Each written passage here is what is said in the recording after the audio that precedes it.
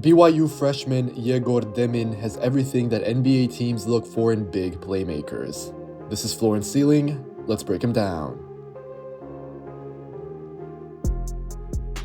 I'm really high on Egor Demin. He's firmly in my preseason top 10, if not even higher, to begin this draft cycle. Simply put, I think that the BYU prospect has what NBA teams covet nowadays. Demin is a jumbo playmaker at 6'9" with a wingspan reported to be around 7 feet, who can make quick decisions, facilitate for others, and he shows enough scoring promise. If I was pushed for a comparison, I would say Josh Giddey, although Demin probably showed me more upside at this stage. The Russian freshman last played for Real Madrid before he chose to attend college in the US, so of course there might be an adjustment curve, but I think Egor should have enough versatility and production to add value as a freshman and be a one and done. With Demin, it's his playmaking that sets him apart the most. He understands how to leverage his size to create advantages, be it through passing angles or through exploiting mismatches. The BYU freshman enjoys feeding his bigs, and he can find the open man even while he's on the move. Demin plays with his head up, he knows how to use a ball screen, and really, he loves to go left quite often. I know that his handle can look upright, but I think it's tight. He gets to his spots by using his size and playing at his pace. However, going forward, it will be interesting to see how his ball handling and playmaking in general holds up at the college level. Demin is not uber athletic, and he's not necessarily going to break down his defender off the dribble. In traffic, he can still face some issues when he finishes at the rim. I also think that Demin's awareness and lecture of space can improve. He can misread passing windows at times and try to execute passes that might not exist. I expect Demin to play on the ball quite a bit either way, but cutting down on avoidable turnovers where he leaves his feet or where he misplaces a pass unnecessarily will help him. Still, I'm confident that there's enough versatility in the Russian prospect's creation for me to feel positive. This doesn't just come in the half court either, as Demin also has the means naturally to create advantages in transition with how he sees over the top of defenses. At this stage, Demin is already able to grab and go off of a defensive rebound, but he's also accurate with his outlet and hit-ahead passes, which will be very valuable in the NBA. Diving into Demin's scoring, again, he really loves to go left despite being right-handed. Broadly, he's efficient using a pick and then creative with the angles that he takes. Demin comes up with some unorthodox but under control finishes at the rim, and he likes to use the glass in order to do so. The BYU prospect might not dunk a whole lot in the half court, and I expect his dunking numbers to be pretty low, at least this season, but he's not unathletic. There's bounce there, it's just that Demin's pace is more about craft and timing than it is about explosion. Of course, Demin's positional size is a factor here. He's 6'9" with a 7-foot-ish wingspan, so that alone gives him greater margin at the basket than a lot of other ball handlers. However, Demin still gets rushed in traffic as a finisher. He can fade away from length and contact a bit too often, which we're seeing in some of these clips here. His numbers at the rim are not super imposing at around the low 60s, but this is on a small sample size based on the games that exist on Synergy. Overall, what I'm more focused on is how Demin's physicality needs to keep improving. I'm not worried, he's not soft, and this should come with time in the weight room, particularly now that he's at BYU, but again, there might be an adjustment curve. Broadly though, it looks like Egor's frame will support added weight, and I generally like his process. The Russian playmaker gets a lot of paint touches, which I love, but the final results, like I've been saying, are still a bit streakier than I would like. As I just said, Demin will be going up a level in terms of the competition that he'll now encounter in the NCAA, so I'll be closely tracking exactly how his finishing looks, what type of conversion he ends up at, and of course, the process that he takes to get to the rim. In his most recent sample of games, Demin has struggled as a shooter, particularly from 3. And of course, we should be monitoring that, but to be totally honest, I also think that he's getting a little bit of a bad rep. Still, let's start with the numbers. Most recently, and I suppose importantly, Demin played in 8 Adidas Next Generation tournament games.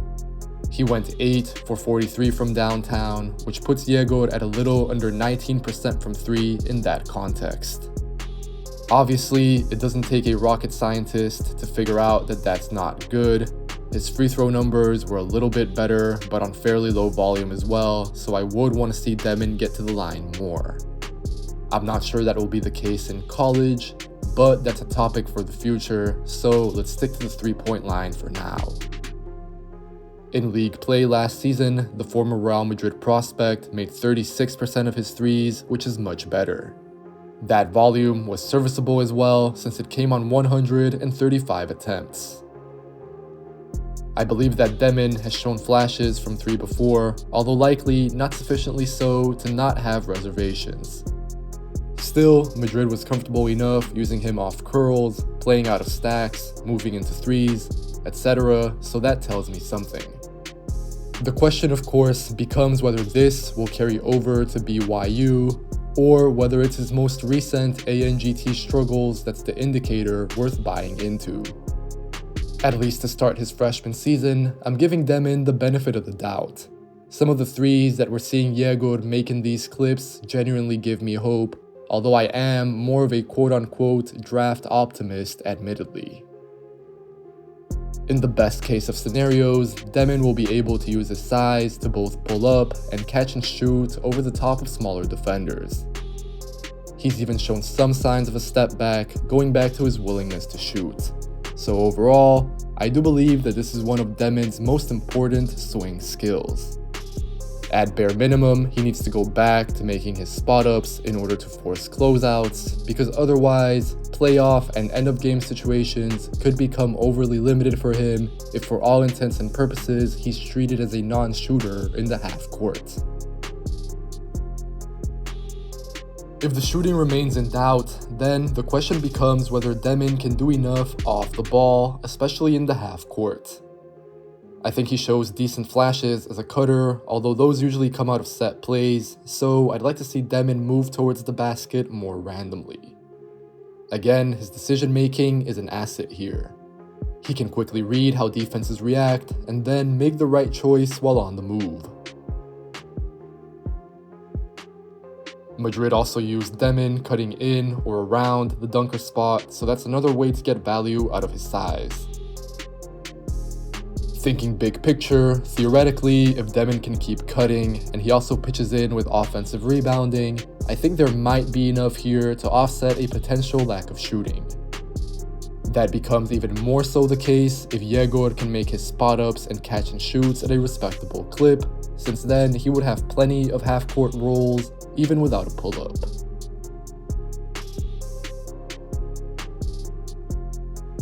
On the defensive end, Egor Demin is long and mobile with active hands. He gets deflections and steals, sometimes even just snatching the ball up in mid-air.